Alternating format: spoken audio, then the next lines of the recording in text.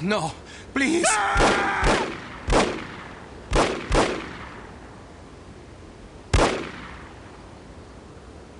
We will meet again, Miss Archer.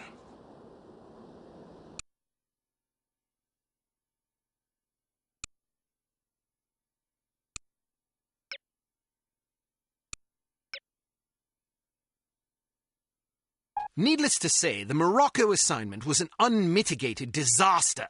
Report to the war room for debriefing, and try to control your temper.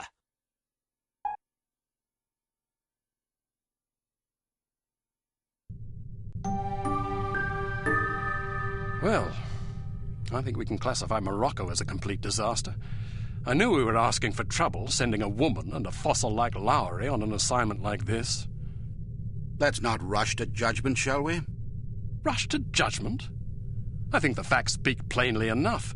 Ambassador Monroe is dead, and we lost another operative, albeit one who should have been put out to pasture long ago.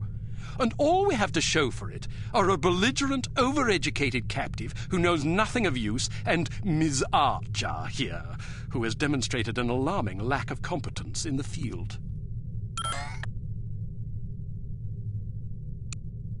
I'd like to remind you that Volkov was lying in wait. Someone betrayed us. Indeed, and it seems that someone may have been your charming mentor. Bruno? What are you talking about? The evidence is largely circumstantial, but it is nonetheless compelling. That's crazy. In light of information unearthed during our investigation in Morocco, we now believe that Agent Lowry, Bruno, was in league with these H.A.R.M chaps. But Volkov shot him. Perhaps to silence him. Or perhaps Lowry was demanding too much in exchange for his treachery. Alleged treachery. Lowry was a personal friend and one of our best agents. Unless he is proven guilty, he deserves to be honored, not slandered. In any case, it seems reasonable to assume that you weren't meant to escape, Miss Archer. Bruno was not a traitor. Can you be sure? Every man has his price, every woman too, I expect. When a man reaches the end of his career, it's only natural that he begins to worry about the future. I suppose some men of adaptable moral constitution even find it in themselves to resort to treason. What's your price, Mr. Smith? What are you insinuating? Merely that if Bruno were capable of treason, then so are we all. Enough! It is neither our prerogative nor our intent to judge Agent Lowry at this juncture. We will continue our investigation until we discover the truth. In the meantime, Archer, we must call upon you for another assignment. Although we call upon you reluctantly, I assure you. We've been contacted by an East German biophysicist named Dr. Otto Schenker, who wishes to defect to the West with our assistance. We know that Dr. Schenker is working on a secret Soviet weapons program, although the precise nature of his research remains a mystery to us. He has promised detailed information on the program in exchange for his freedom. It hardly seems necessary to underscore the great importance of this mission. We've had a devil of a time recruiting reliable spies in Berlin. It seems the Stasi have ears to every keyhole in East Germany. Which is why we're taking extra precautions. What sort of extra precautions? It's what we call a domino effect exchange. You'll meet with a series of contacts, each of whom will provide a piece of the puzzle, so to speak. Because the contacts don't know about each other or your mission, the vague information they possess will be meaningless to them, and, by extension, to the Stasi, should they get their hands on it. Perfect. We've also arranged a diversion to help cover your escape. Our man on the inside, Werner von Haupt, will place explosive charges at several locations in the record storage area. You'll need to locate these charges and set the timers. We also require that you infiltrate the main library and photograph certain sensitive documents pertaining to Dr. Schenker's research, in case he's not as forthcoming as he's promised to be. Von Haupt will present you with a disguise that should get you inside the test facility where Dr. Schenker will be working. Locate the doctor and get him out. Keep in mind that if this mission should succeed, we will have struck a mighty blow to the Soviets. We're counting on you, Archer. I won't let you down. Well, you can hardly botch this job as badly as Morocco.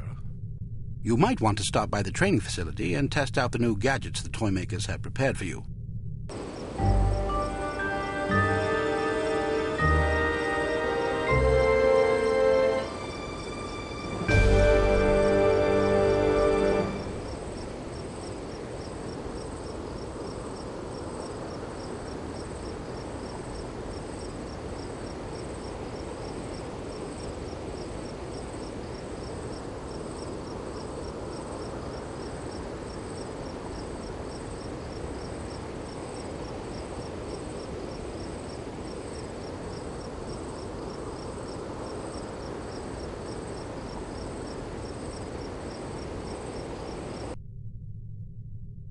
Welcome to Advanced Field Tactics.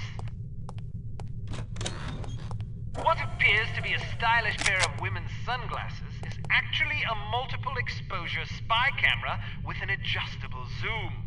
Simply put them on, orient the viewfinder, and snap a shot. Remember that you can zoom in for a closer look at a distant target. Take a picture of this intelligence item with your sunglasses.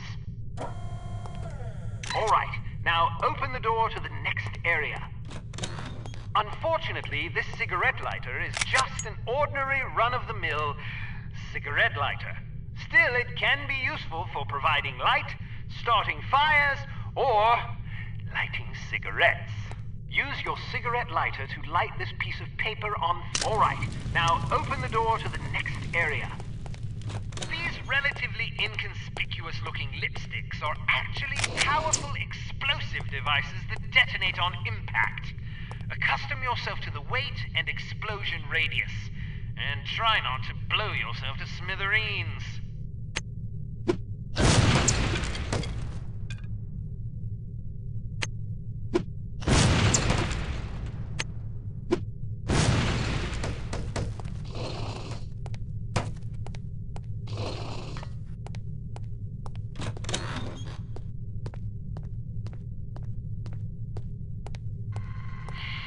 There are several important things to know about security cameras. First, as tempting as it may be, don't destroy them if you can help it.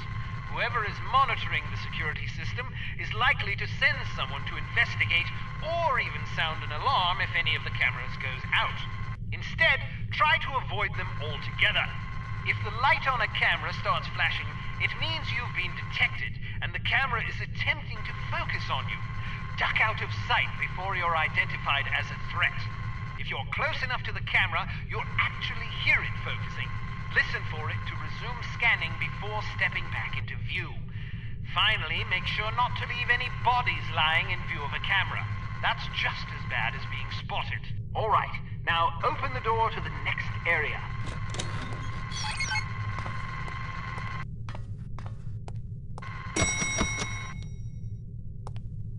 Searchlights are also best avoided. Shooting them out will likely cause every bit as much commotion as being caught in the beam. Figure out their movement patterns before attempting to bypass them. All right, now open the door to the next area.